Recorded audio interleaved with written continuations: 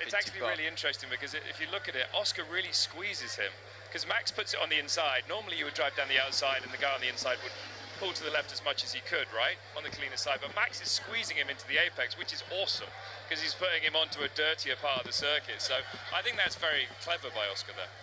So yeah, like you're saying, Jensen, so Oscar's actually at this point, just there as the camera changes, he's already, his trajectory to the corner is slightly more angled than maybe what Lando was. Normally they brake on the curb on the outside when they're braking on the curb. Exactly.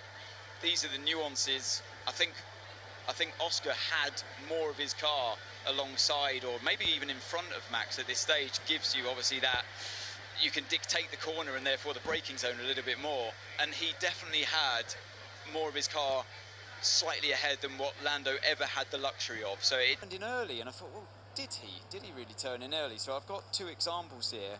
Hamilton versus himself on the second to last lap, where he wasn't under threat, compared to the last lap. So the last lap is on the left-hand side versus his previous lap on the right-hand side. So he looks in the mirror, you can see on the left side, and takes a oh sorry, I've got it the absolute wrong way round. I do apologise. His last lap's on the right-hand side.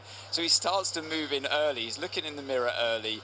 And look at this the shallow line he takes compared to where he's placed the wheel here. This is the normal line, and his approach, he's like completely making this wedge shape of the corner for Albon to try and overtake him, for Sainz to try and overtake him in.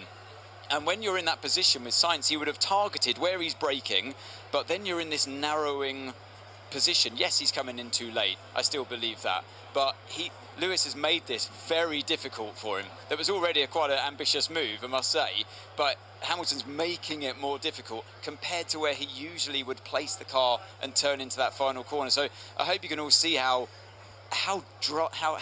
drastically different that is. So of course, as Lewis starts to turn in, I'll just make it easier for you just there. So this is the moment where he takes contact and the steering gets taken out of his hands. There